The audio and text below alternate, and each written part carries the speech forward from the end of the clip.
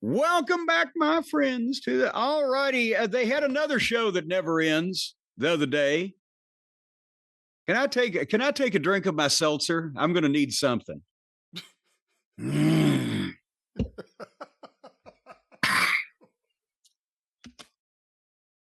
Well, here we are again. What's the matter with you? What is the matter? What's the matter over there? It's not you. It's the blueberry breeze. See, folks. Again, we don't lead you down the primrose path. All righty, let's get cracking now. On AEW Dynamite from this past Wednesday night, April 23rd, they were at the UNO, that's the University of New Orleans, for those of you not so initiated, the UNO Lakefront Arena, New Orleans, Louisiana. And we'll get to history in that building in a second, but Tony Schiavone was standing in the ring. They had the Lakefront Arena, which I think we established one time before on a show last year, seats about 8,000 or so, and I think it was set up for about 2,500. Tony's in the ring, and he introduces Master P. And here comes, and what the fuck? Because I know Master P because he was on WCW 25 years ago. And Brian, correct me if I'm misremembering, but didn't the fucking wrestling fans hate the fuck that he was on the TV show back then? Oh, yeah. Remember there was Silk the Shocker's birthday and he had Big Swole, the guy, not the woman Big Swole, but the male Big Swole, the guy with the big arms. No, I don't remember any of this. Oh, yeah, I just remember that he was on. Hootie Hoo! Oh, God. Hootie Hoo! Hootie Hoo! Well, it's Silk the Shocker's birthday! Wasn't this stuff that Master P did on WCW so bad that, and the group that he was affiliated with of wrestlers or whatever? No Limit Soldiers, yeah. Yeah, well, weren't they so unpopular as baby faces that they actually turned Kurt Hennig and his crew that were supposed to be heels babyface? Yeah, they were singing Rap is Crap and they became the big baby faces. Look, the No Limit Soldiers and all that stuff in WCW was terrible. However, he is a big deal in New Orleans. So then why didn't he draw any people? There were no people. Well, I don't know if they announced him. I don't know. I didn't know he was going to be there. I didn't know he was going to be there. So all of a sudden, Master P came out. I was like, oh, this is an interesting play. You got Travis Scott. We got Master P. Well, now I will say Master P make 3 of Travis Scott. But what, again, is he still in the music business? They said he's a coach in New Orleans or something's going on with the youth program or whatever.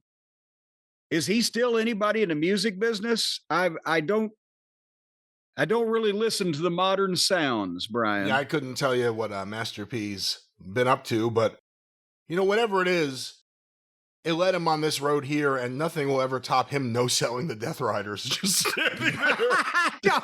Nothing will ever top Master P standing down the Death Riders. All right, well, we're hold on. We're getting ahead of ourselves. Just standing there, just not even moving. Well, first we got to set the scene for the people because this thing is going to go on for a little while here. Because he comes out and he introduces the Ops, who are Samoa Joe, Shapoopy, and now Powerhouse Hobbs because Hook got taken out of the equation. And beside the Ops, and I think now that's some kind of young people slang. It sounds like a goddamn comic strip from the 20s you'd see next to, the fucking Andy Gump or some shit. But there's so much wrong. Samoa Joe is a top guy. And Hobbs needs booking to be at the level of his potential.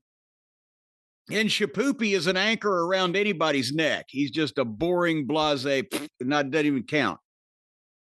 But unless Joe has a health or injury issue where he doesn't want to have singles matches. I don't know why you have a main event guy in a 6-man tag team. But nevertheless, Joe and Master P caught up with each other and talked about the student athletes and put New Orleans over. And suddenly, the Boar Horseman's music plays and the camera sees Marina Schaefer. And she's got a nice tan this week. And she's coming through the crowd, the building she's been out in the parking lot. Insert your own material there, ladies and gentlemen.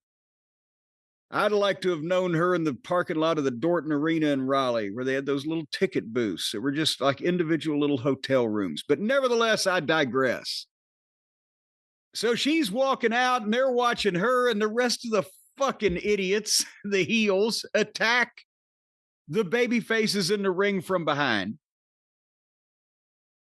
And they get some boring heat while Master P stands and stares at the whole. He's the biggest guy in a fucking ring except for Hobbs. And he's just standing there staring at it. And then that's where Master P and Dick the Boozer have their staring contest where they just stared at each other. And as Mama Cornette would say, take a picture, it'll last longer. I'm not sure this stare was so long. And then suddenly Joe comes from behind and gets a sleeper on Moxley, or the rear naked choke. And as he does that, he's got him standing up. Master P starts throwing fake punches at Moxley, trying to hit his midsection, but his shit looks so weak. Then you see Joe turns Moxley around. And Joe has his back to Master P where he can't do that anymore. And Master P's trying to reach around Joe to fucking hit the guy in the ribs from around. God damn it. You can almost see Joe over his shoulder going, God damn it, his arms are so long. And then P got lost and started talking on the microphone, just ad-libbing whatever the fuck he was doing. Yeah, what do you think about that, huh? Or whatever. But then here comes the Buckaroos and their friend O'Sleepy. And they hit Joe with a chair, and they get some heat on Joe. And suddenly, Master P apparently got scared and disappeared.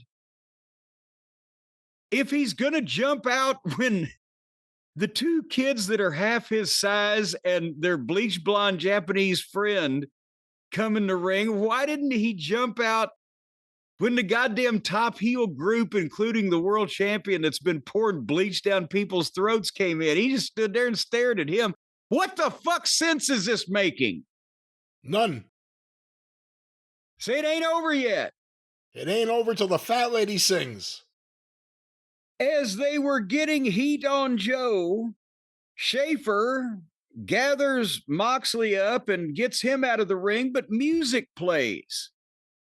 And Swerve from the other direction, he walks into the arena like, oh, appears there's aggravated mayhem and some felonious assault going on here. I should stroll down and see if I could be of any assistance.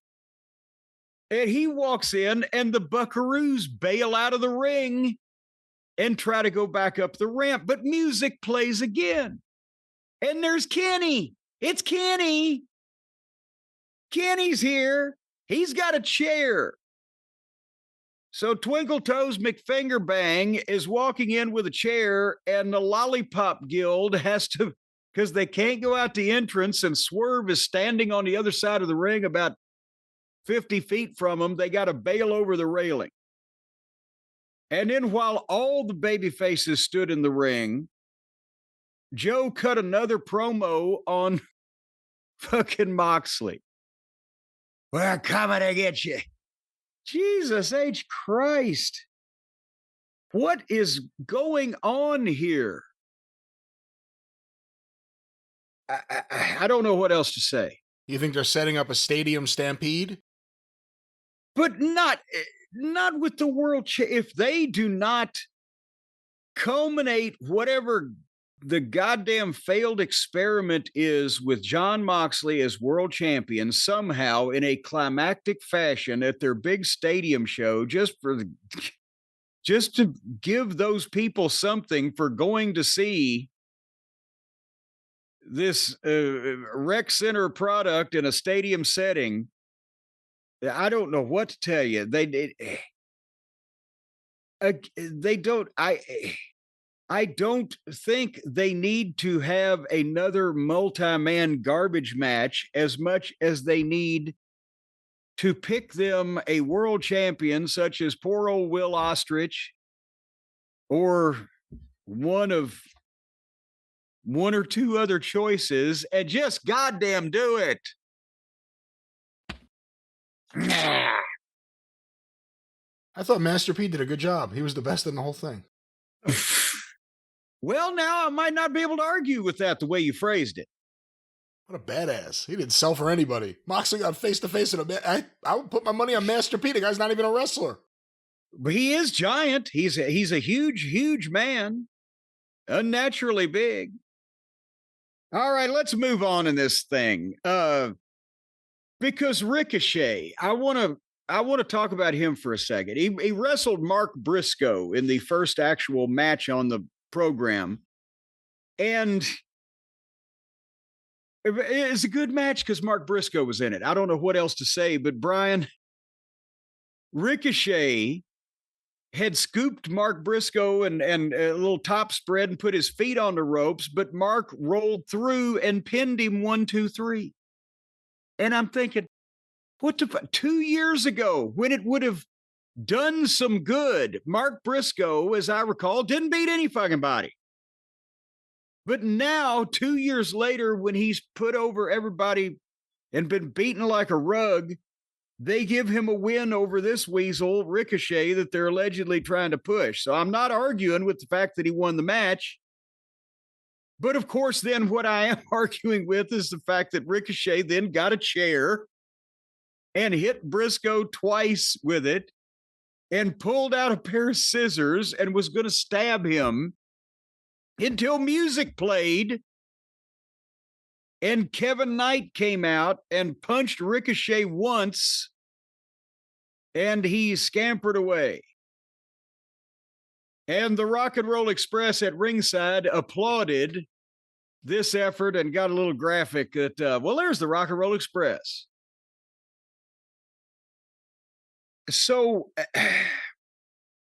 but they had a good match. That's the most important thing, Brian, from what I'm told. They had a good match. But here's what I'm going to ask you. Did you see where Ricochet was? We've heard about him arguing with fans on Twitter before. I mean, back and forth, not like just a put down or an insult and a boom, but back and forth. And well, no, you're not. Yes, I am type of thing. Remember that, right? Did you see where he was arguing with one of the fans on Twitter about whether he's better than EO Sky or not? I must have missed this one. No, I did not see this. I saw this a few days ago. I don't know if it's fresh or not, but there was somebody retweeted a couple of the tweets of it. Well, basically, he was saying that she can't do half of what I can do. I mean, she's good and all, but I can do all that stuff better. Now, I'm wondering, is he serious? Is he that indie-minded, far gone, or is this an attempt to be a heel and be his heel character, but kind of coming off as a whiny cosplaying kid? But before, when he was arguing with the fans, he was still a babyface. So what do you think? Did you see that Samantha Irvin video? Oh, yeah, the music video. Yeah. Yeah. All right. Before I give my thoughts, you as an industry insider. No. No. We're going to evaluate the music here. Samantha Irvin has done a song. I guess it's a part of a collection of songs she may have done. Sometime, Hotchkiss Featherbottom, he calls those albums. Oh, get out of here. But the video the song is Shawty Wanna, SHAWTY. And the whole song is about her singing what Shawty wants to do. Now, is she Shawty? Or is someone else Shawty? Is Ricochet Shorty? Is that the... Well, it's not Shorty, it's Shawty. Well, maybe that's It's SHAWTY is what because that's the title of it that's written on the clip is Shawty Wanna. Oh. So is she Shawty and does she wanna? I don't know. Or is she singing about another person named Shawty that wants to do these things? But before, I mean, it's a catchy tune. I had it in my head after I listened to it. No, she could sing. I actually really like the sound. And and I was going to say I'm not, a professional judge, but the tune is catchy and it seems like she can sing. It's a nice R&B sound. Yeah. Was the video a little?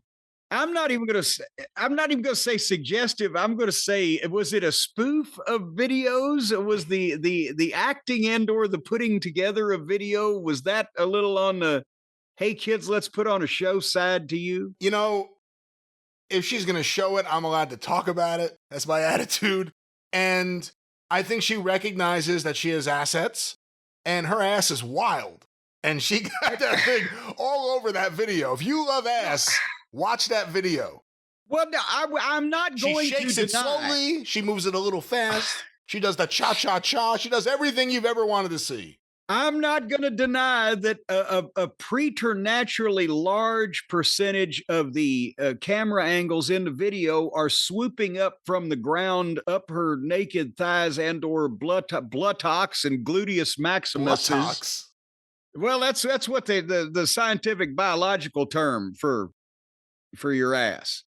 And it's on prominent display in a variety of ways, but I was talking in a variety of lace outfits, in a variety of outfits, and from a variety of angles, drone shots. I mean, those fucking cameras that the ear, nose, and throat guy uses, where he sticks it down your throat. They got one of those where you can see it from the inside.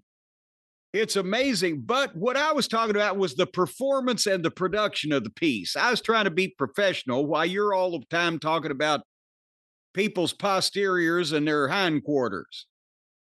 And it looked to me like at some points, this may not have been girls just want to have fun level production from this whoever shot the thing. You talking about the actual music video? I don't think there was anything wrong with the production of the music video. It was just fine. It's not like they air these things on TV anymore. It's a little hokey. It's a little hokey. A little hokey. She's shaking her ass with her friends. Well, you can shake your ass with your friends in a non-hokey way. That was too hokey. Well, it's not her. It's not her shaking. It's hokey. There was the people that were shooting the thing. Oh, it was a hokey pokey. Hokey pokey, do the hokey pokey. All righty. We were talking about Ricochet. We just decided to do 5 minutes on his wife's ass. Yeah. Well, that's more than he does. Yeah, if the song is about him, it'd be Shorty wanna jump off the dresser onto the bed. Shorty wanna practice his superfly splash. Shorty wants to do tumble salts down the hall. Shorty don't last 5 minutes on my ass.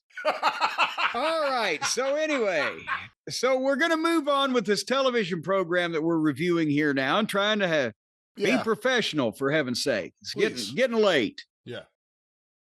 Tony Schiavone was back in the ring. Now we know we're in trouble again. And he started to introduce FTR when suddenly out came Stokely Carmichael and interrupted him. And we have not seen Stokely Hathaway. Huh? Stokely Hathaway. What'd I say? Carmichael. This is no revolutionary. This is Stokely Hathaway. Well, no, he's not Stokely freaking Carmichael. He's not a revolutionary or an anticipationary, a disciplinarian. But anyway, Stokely came out and he interrupted and he gave FTR the big introduction. Okay. Yes, they've turned heel. But how does this happen? How did it happen? Has Stokely been on TV in a year? Has he ever been a top manager? Or did he just manage groups of people that he could do some cute little promos with and they'd do some backstage stuff? Has he ever been figured in a main event picture? I think the last time we saw him, he was managing a heel Chris Statlander against Willow Nightingale, and then he just disappeared off TV. So now you've got a babyface tag team as former champions, and they turn on their best friend, who's Edge, who's formerly a major star in this industry, and they come out with a manager that's underneath manager. And that's not even, I'm not evaluating his talent. I'm saying how he's been presented. Could nobody have thought ahead 4 to 6 weeks where at least you would be able to do something with this guy, where to refamiliarize people that, oh yeah, that was a guy on TV a couple of years ago. Well, maybe we don't want him to remember that. Who do we want him to think he is now? How do we want them to think about him now? So let's bring him out and have him do something that to interact with some main event talent and be taken seriously, so that then when finally he lands with FTR, they go, oh, a big deal has been done. So Stokely cut the promo. He can talk. Upset that FTR got fined for doing less than anybody else ever had, like arson, attempted murder. He had a good point. Yeah, and in the process, he reminded fans of all the stupid, silly, fake shit that everybody has done. And then they're trying to do a wrestling angle where they get fined for punching a referee or whatever. That's why your booking universe needs logic. So Stokely's their new agent. And meanwhile, Tony Schiavone just turned it over to him, has been standing in the corner staring off into the seats. And Stokely tells him, get up here and do your job. So Tony walks up, grabs the microphone, and just sticks it out in Cash's face and looks away like, oh, I'm doing this under duress. It's not your job, motherfucker, to do shit under duress. You're supposed to be the person in charge of the program from the announcer standpoint, not a guy, oh, I'm going to stick the microphone over here. It's just an amateur hour production. Then Cash promoted Danny Garcia. Nobody cares. Nobody gives a shit about that guy. And then Dax starts cutting a promo and calls the Rock and Roll Express into the ring. That we saw for 5 seconds applauding in the previous segment at the railing. And the fans start chanting a little bit, rock and roll, rock and roll. But I'm going to tell you what they did, and then I'm going to tell you what was wrong with it and what they could have done to fix it here in a second. But Dax interviewed the Rock and Roll Express, and he did the deal Roddy Piper used to do. He'd ask him a question, and then he'd answer it for him.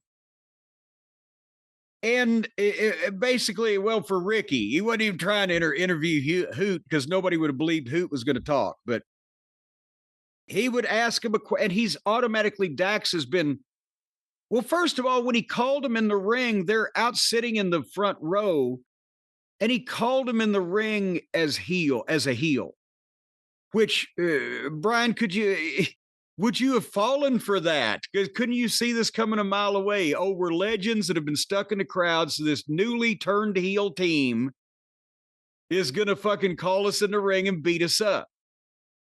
But they call him in, and then that's when Dax does the thing where he asks Ricky a question, then answer it again, and being heelish right off the bat.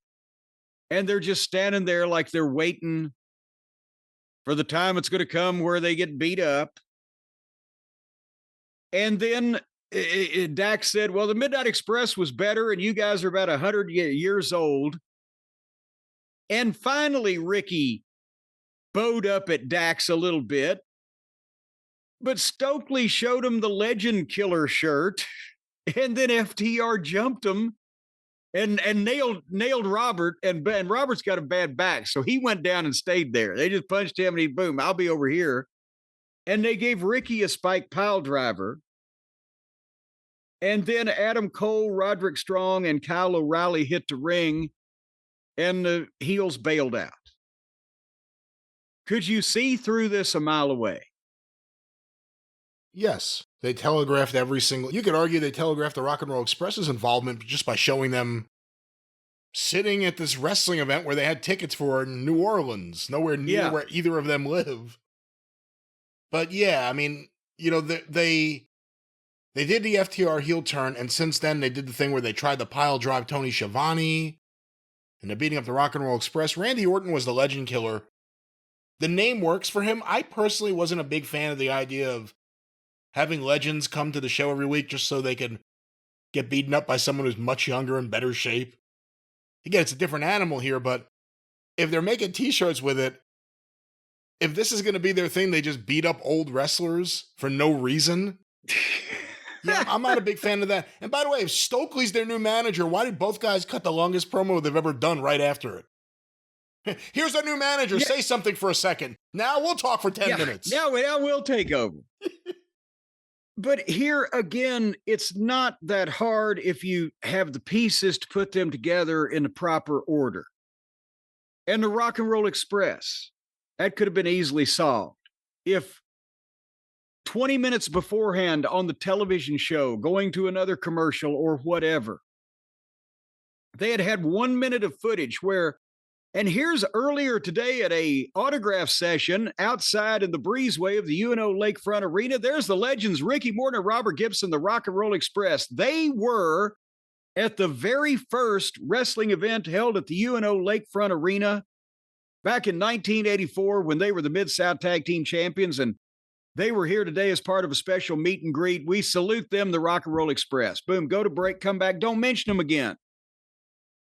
But then when this segment comes up, as I said, I have an issue with Stokely just suddenly being with FTR to begin with, but nevertheless, when they're in the ring, FTR and Stokely, then that's when, if Dax is going to talk, he could have said, hey, you know what? We are here as the greatest tag team in AEW. Now we have the greatest agent. We want the World Tag Team Championship. Now that we're free from some of our former friends like that no good Adam Copeland or whatever, but we've always said that we are throwbacks to the old days when tag teams were tag teams. And as a matter of fact, the Rock and Roll Express are sitting there at ringside, and it's no secret we patterned ourselves after the 80s tag teams in the glory years like the Rock and Roll Express, the Midnight Express, and Tully Blanchard and Arn Anderson.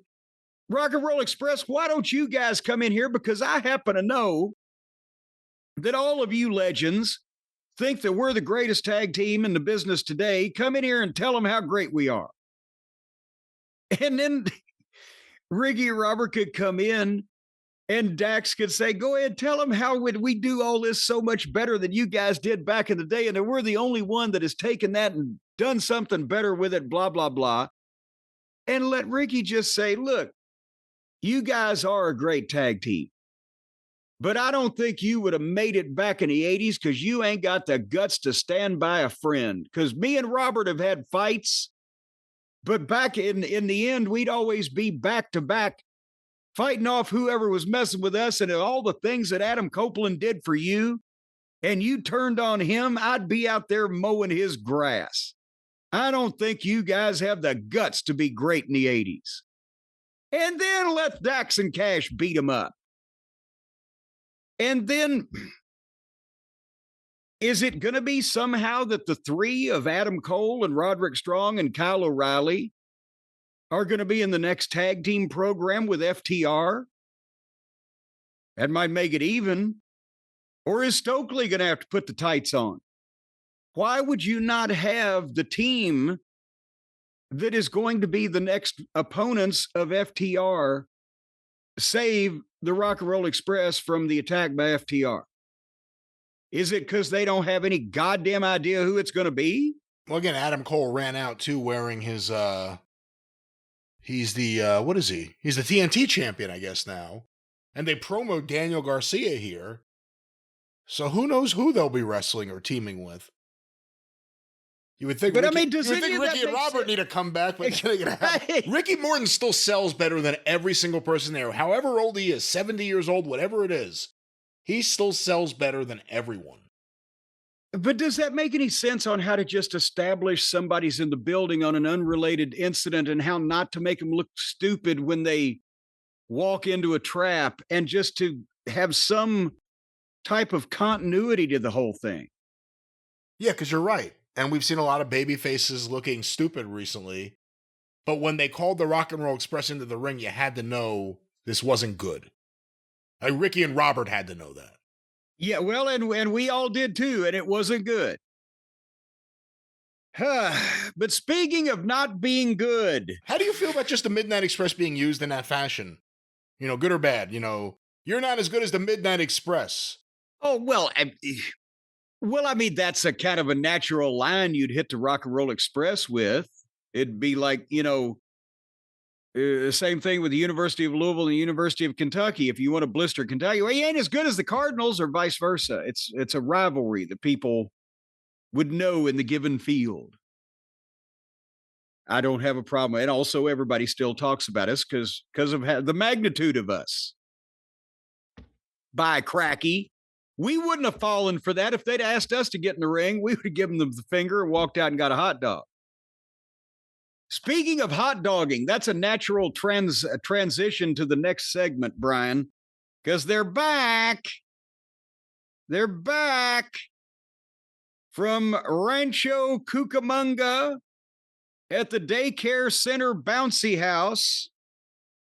The chairman of the board of the Lollipop Guild have returned to wrestle on television. The Hardley Boys are back in action.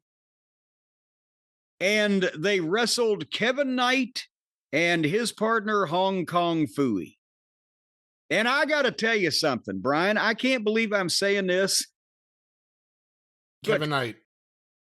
No.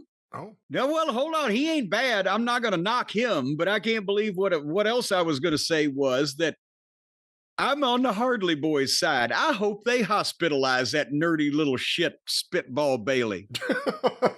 The sight of him in a goddamn wrestling ring just makes my sphincter pucker. I mean, that grin and that little fucking tiny little microscopic body and that goofy gimmick and those stupid poses. It just makes you want to just fucking slap him over and over. And then throw some water on him to wake him up and sober him up and start slapping him again. Well, he's a black belt. You'd have to be careful. Are you fucking serious? He knows how to handle himself. I'm sure he does, because nobody else will do it for him. Can I just say, before you rip all this apart, and rightfully so, Kevin Knight is impressive. He's got a build. He's got a leap. He needs to be produced, obviously, I'm sure you'll say, but really, really impressive. Well, and as a matter of fact, and of course, I'm not going to rip this apart because I'm not watching these two clowns. That's the thing, is that nobody's interested anymore about the Young Bucks. Let's face it.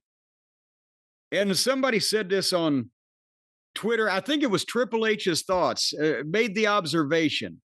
Said, isn't it odd that Jim Cornette for years was saying that Jacob Fatu with the right presentation, which goes for anybody, and is going to be a big star in a major company. And wouldn't you know who won the pony? And for years and years, even longer, Jim Cornette has been saying that the Young Bucks ain't worth a shit. And finally, everybody else is caught up to it, sort of like with you and The Rock, where now everybody else is caught up to it. And it's not that they're talking about them like, oh, we don't like them. It's that they don't give a shit anymore. They're the afterthoughts. The hysteria has passed and the bubble has burst. Nobody talks about them. Nobody is anticipating seeing them in any kind of angle or program. Nobody wants to watch them on television. The numbers bear that out. And they take off more than they take on to avoid being constantly criticized for not being very fucking interesting. You know, a lot of people always wondered what would happen as they get older. Are they still going to be the Young Bucks? Will they just be the Bucks? They're the afterthoughts. That's what they've become. And, you know, for all the flowers, as these idiots call it, that they want for being nice to Tony when he wanted to fund a wrestling company, who has really done more damage to that company than the Young Bucks? From costing Tony CM Punk and all of that, to look at the ratings, and we'll talk about the ratings later, but they are a ratings killer. What we said at the very beginning ended up being true. AEW is one thing. Kenny Omega is one thing. The Bucks drive people away. They appeal to a very, very tiny audience. And unfortunately, they're so insecure about it, I don't think they can deal with it. That explains a lot of their behavior, but they used to at least be able to sell shirts. They used to at least be able to have people come out just to see them. They're the afterthought. Nobody gives a fuck about the Young Bucks right now. Triple H must be happy beyond belief that Tony re-signed them. Those are the kind of guys you bring into your company. It does no good. And they're getting paid more than anyone ever before to bring nothing to the table and stay home mostly. The hottest they ever were was before they got on national television, because the act played in Peoria. It worked on the indies when people couldn't really get sick of them. And the ones that were most interested in them were the ones that the small number of people that like that kind of thing. And for those kind of people, but it doesn't play on a big stage, and they were just not up to it. And, you know, unfortunately, being not up to it, which was obvious from the time that I saw them, that's why I said it. The combination of that and them thinking that they were not only up to it, but they were the king shit of it, ran off a lot of people that probably liked them at one point, because they realized, God damn, these douchebags are sniffing their own fucking farts. Yeah, remember they used to have that YouTube show. And suddenly they stopped doing that right when it became very clear that each one was losing popularity. The numbers and the views were going down, down, down, because people don't give a fuck. They had a moment on the indies. They were able to time it right so that Tony Khan, who finally got his dad to say yes, could have them to start up with. And what do they bring to the table? Nothing. Nothing. And again, they don't even sell shirts anymore. Well, but on Speed Search in this match, it looked like the children were having fun. And this went through the 9 o'clock hour. So that'll be interesting when we check in on that here in a few minutes. But Kevin Knight is a good signing by Tony Khan. Again, yeah, he's in shape. He's got athletic ability. He's larger than many of them over there.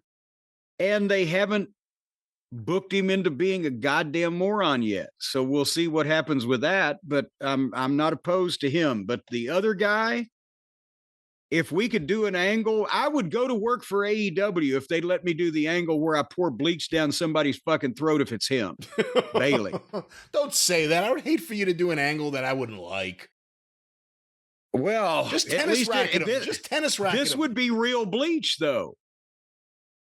See, that would make some interesting television. Anyway, let's talk about the Hurt Syndicate, because they came to the ring for a live promo, and MVP announced that they've put all the teams out of action and nobody can stand up to them. That's because there are no teams that the World Tag Team Champions can wrestle. Apparently, Cage tore something that he's going to be out maybe a year almost. And there's no tag teams, but these guys are the stars of our show here, and they got nobody to wrestle. And right as he gave the microphone to Lashley, and Lashley was going to say something, on the screen, vroom, vroom, here comes MJF in a sports car. What kind of car was that, Brian? Are you a car person? I'm not a car person. I don't really. It was very nice. It looked like it cost some money. And they played MJF's music, and he comes out and comes to the ring. Of course, that's where he wants 3 thumbs up from, so he can join the Hurt Syndicate. And they're going to evaluate this again. And MVP say, guys, you know where I stand, thumb up. And the fans were kind of chanting 3 thumbs up, 3 thumbs up. And then Shelton, he gave his and he gave a thumbs up finally. And he says, not because of the broads and the watch, but it's because of MVP. I respect him. And then MJF makes the pitch to Bobby Lashley. I know AEW. I know how to cut corners and win. I know the lay of the land around here. You let me in, we're going to run everything around here. And then MJF, basically he was asked before he's going to have to tell Bobby that he's sorry, right? So he said, I'm sorry, doing the Fonzie thing. And the fans start chanting, say you're sorry. And they're into this at least. It's something they're interested in, my God, instead of just chanting for kill him with a table. So MJF says, I'm sorry, and gets a big pop. And also, Bobby, you can have the car. Bobby said, well, give me the keys. Well, the keys are in the back. Well, let's take a walk. So they leave and they walk toward the back and they have to go to the shot of the announcers at ringside, for a minute and, kill some time till they can get back there. And then they go to the back or they go to the camera in the back and MJF gives Bobby the keys, says, take a look at it. Smell the new car interior, whatever. And Bobby and Shelton get in the car. And they're looking around and MJF's like, okay, come on, guys. Get, Bobby, give me and Bobby sticks his hand out and gives him a thumbs down and drives off. And MJF's going, wait a minute, the car is. And MVP says, hey, remember what I said. Give the people what they want. So he's trying. But he has not yet convinced the Hurt Syndicate to let him into the family. But again, this is the weaselly MJF that is trying to keep himself under control so that he can get something out of these guys. Has been more entertaining than him just coming out and screaming and cussing the people out trying to get booed. I don't know. Do you think? I think this is the best MJF stuff in a long time. And like you said, it's the manipulative MJF, not the angry and you can't exactly figure out what the reasoning is, or, again, no more of the emotional stuff. This has been great. The fans are super into it. They're into this more than anything else on the show. They haven't even had a match or anything. It's just these segments, and they've been the highlight of the show. It seems like the people involved are having the time of their lives. Shelton Benjamin and Bobby Lashley are doing a great job of being clearly being amused by this whole thing and still being able to play the roles they're supposed to play in this while looking like they're enjoying the hell out of this whole thing. I'm enjoying this a lot. This is my favorite thing on AEW's TV for, I guess now, almost about a month.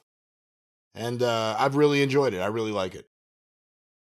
Well, and then MJF, after I think there was a break involved, but they were in the back and Renee was with Hangnail. And then MJF comes in and they just bicker back and forth with nothing of substance, but just arguing and knocking and insulting each other. And it's like, what? Just, you don't want another backstage fight because there's 10 of those every fucking show. But at the same time, why are these people just standing there fucking insulting each other? If I wish they'd keep MJF away from anybody right now except this thing because it's distracting. And Hangnail is distracting anyway. You never know about that boy. Is he good? Is he bad? Is he in the middle? What's his problem? What's his demeanor, as Finkel might say? Oh, I don't know. His problem, the hairdo would be one problem. Anyway, they had a big tag team match, Brian or Playa. Would you like to be Brian or Playa from this point on? I would rather just stick with what we've been always using, which is my name. If that works, playa. Well, hey, cornbread, baby. Telling you what, our friends here in Kentucky. Hey, listen, I'm loving the blueberry breeze. So Will Ospreay and Brody King, that long-standing tag team combination that has so much in common with each other, took on the team of our friend Take a Shit and the new member of the Don Fallis family, Josh Alexander, the lethal weapon or the walking weapon. And remember, Josh came up short in his debut in the company when he got beat in a cold match the first time we saw him. But then Don has taken him under his mud flap, I guess. And I wrote it when this match was starting, I'm tempted to watch to see if Josh Alexander's ear falls off. Remember, that's the first thing they told us about him. Well, he wears the headgear because he had surgery to reattach a cauliflower ear. And also he's had a really severe neck injury and has had surgery to correct that too. So the first thing is anytime he gets in the ring from now on, people that only know that about him are like scared, like, shit, he might hurt himself. But anyway, this match went on for a while. And then finally, the heels just leveled Ospreay and he just rolled out of the ring. And then the heels in front of the referee just double teamed Brody King for probably almost a minute over and over until they beat him. And so Ospreay was out on the floor for about a minute or so, and the referee just let the two heels just beat up Brody King and 1, 2, 3. And then to rectify the errors that they had made there, they started beating up Ospreay too. And then there was music, and here came Kyle Felcher, who had an entrance. He walked down to the ring to come and beat up Ospreay too. What? My God, more people have beat up Ospreay in the past 3 weeks than beat up Bruno Sammartino in 20 fucking years. And then they played music, and Hangnail Page started walking to the ring, but he was attacked from behind in the entranceway by Rocky Romero and Trent. Remember Trent? Yeah, where did that come from? His mother makes cupcakes, doesn't she? Yeah, suddenly Hangnail's coming out. I'm going to put a stop to this and save Ospreay and Brody from Alexander and Take a Shit and Felcher. But then Trent and Rocky Romero jump Hangnail and they beat him up. And the fans mostly didn't care because the baby faces are all shite.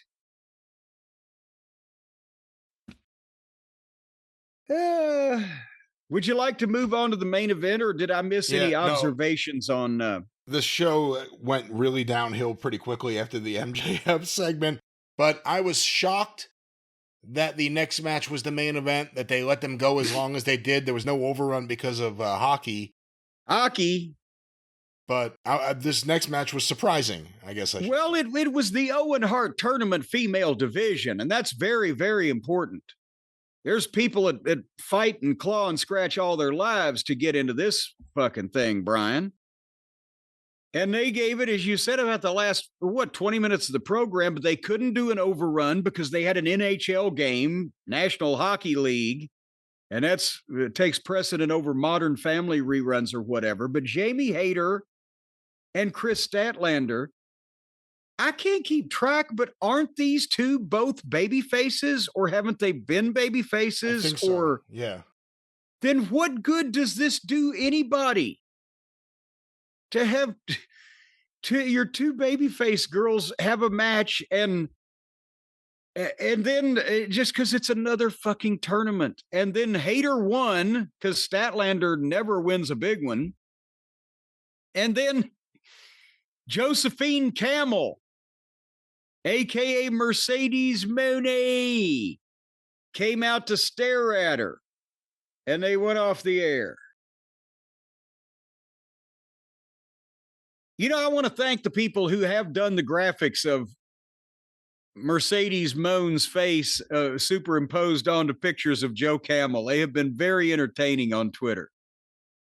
See, this is one of those periods of time where I get frustrated with AEW because, you know, the reality is it's Tony, and we've seen Tony get to the heights he's going to go, and now it's just going to be more of this endlessly until forever, actually, I guess.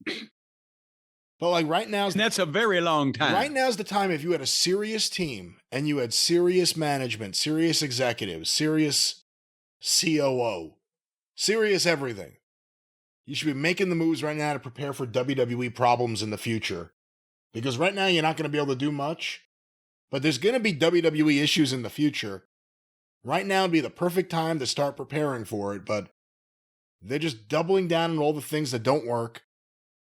There's a few highlights like the MJF thing, but the show, it just is not very good. And then you hear AEW fans like, the show's been great lately. Yeah, you said that like during the 6-month period where it sucked the last time and the last time and the last. It's always great. Until after the fact, like, well, maybe the storylines weren't good. Yeah, because the booker's not good.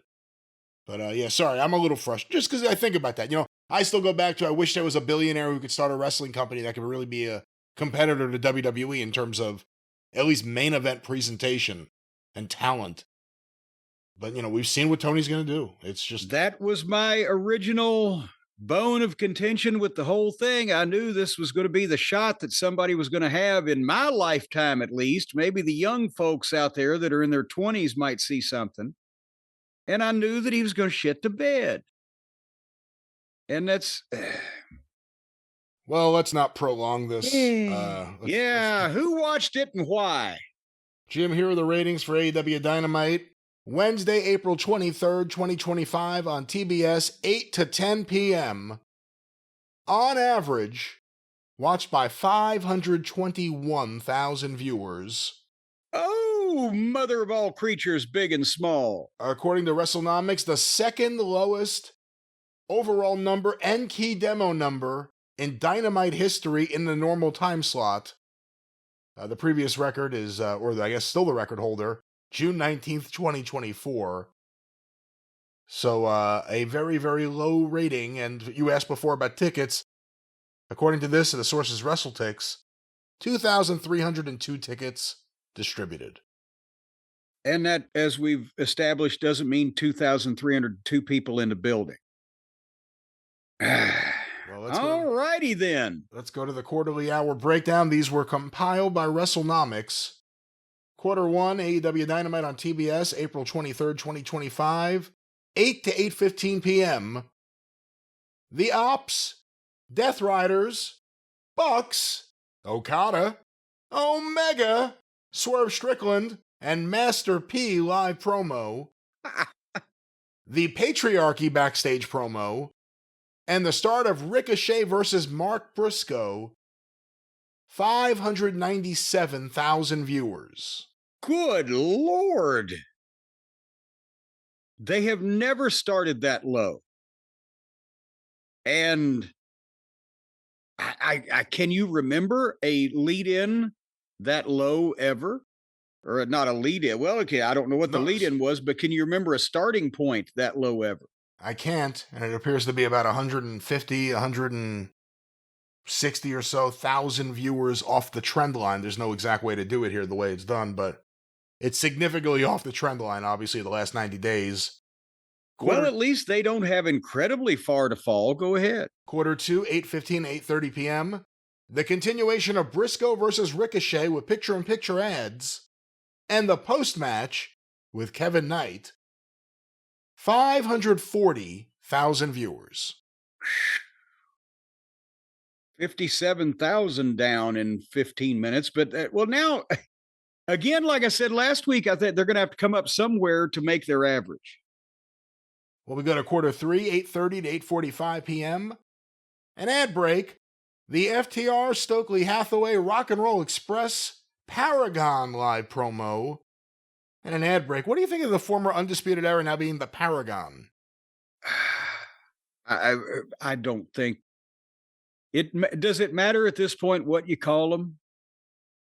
Well, It's like a legless dog. It ain't gonna come anyway. 560,000 viewers. Well, it came back up a little bit. The Mark Briscoe effect. Mark Briscoe gained him some viewers. We go now to quarter 4, 8:45 to 9 p.m. The Young Bucks versus Kevin Knight and Mike Bailey with picture-in-picture. 505,000 viewers. Oh, good Lord. Key demo shoots down from 212 to 184. Again, where's the Bucks audience? Where is it? We go now to it's right there. That's all there are. We go now to the big 9 o'clock hour, 9 to 9:15 p.m., quarter 5. The Bucks versus Kevin Knight and Bailey continued. Tony Storm and Queen Aminata's confrontation backstage. Oh, I forgot. That was as phony as a football bat. And MJF and the Hurt Syndicate's live promo. 550,000 viewers. And MJF and the Hurt Syndicate appear to be in the, it's the third highest quarter so far. I was going to say second. Well, we go now to quarter 6. 9:15 to 9:30 p.m. MJF and the Hurt Syndicate backstage. An ad break. The Adam Page MJF promo. And Will Ospreay and Brody King versus Konosuke Takeshita and Josh Alexander with picture-in-picture. 490,000 viewers. Oh, good Lord. And with Ospreay. This is what they've done to Ospreay. He doesn't deserve this. He was supposed to be the biggest star in the fucking company. Now he's in a random tag match in the lowest quarter of the show. But wait, there's more. We go now to quarter 7, 9:30 to 9:45 p.m. The continuation of Ospreay and King versus Takeshita and Alexander. The post-match with Page, Fletcher, Archer, Romero, and Trent. Followed by an ad break. 464,000 viewers. The low point in the key demo, 157. Good God. And finally, the main event, quarter 8, Jamie Hayter versus Chris Statlander with picture-in-picture. 460,000 viewers. So they only started with 597,000 and they still managed to lose 137,000. But now hold on here. Just the one point I want to make is in the first 5 quarters of the program that were all above 500,000. The lowest one of those was quarter 4 with the Buckaroos in it. People consciously left at that point and came back at the top of the hour when Hurt Syndicate came in. Yeah, to see anything else other than them. They drove away the audience. They always do. There's nothing appealing about them. They don't get pro wrestling beyond appealing to their friends and their old fans who have gotten old watching the Young Bucks. They're not really there anymore. The Young Bucks now have old fans. But yeah, this is certainly not great. But I'm sure they did millions on Max. Let's just be honest about it. Well, in the meantime, I'm thinking about cracking open another one of these jars of Blueberry Breeze. Do you think there's gummies from our friends at Cornbread Hemp to take my mind off of all this? Hey, one last question. Beyond the booking and beyond star power or lack of star power, whatever it is, beyond things not connecting, is there anything to ratings being hurt because it's a week of wrestling burnout? I know it's WWE and, you can't worry about but you shouldn't focus on what they're doing, but it is WrestleMania week, and they did overload everyone who's a wrestling fan with their stuff. And, you got to think that that may have caused some people to say on Wednesday night, I've seen enough wrestling this week. Well, and I can buy that theory, but let me ask you this. Did they do 2 nights of WrestleMania last year? They did, yes. Did they do a SmackDown? They did. Did they do a Raw? I believe so. Did they do a Hall of Fame? Yes. Did they do an NXT? Exactly. There's a lot of wrestling. Okay, but they did it all last year, right? Yes. Last year, did AEW do 521,000 people at Wednesday? Oh, I don't have that number in front of me, but it wasn't that low. No, because this was so they do these things every year. So there is some element of correctness in what you state, but it should be from year to year somewhat comparable. But from year to year, instead, it's constantly down. And yeah, blow me on the max thing. If people have to try hard to go to Max and find AEW, you can't tell me that an appreciable percentage of the audience on television, where it's resided for 5 years, an appreciable number of people are watching it on Max, where you can't find it and it's been on for a few months. Just in my opinion.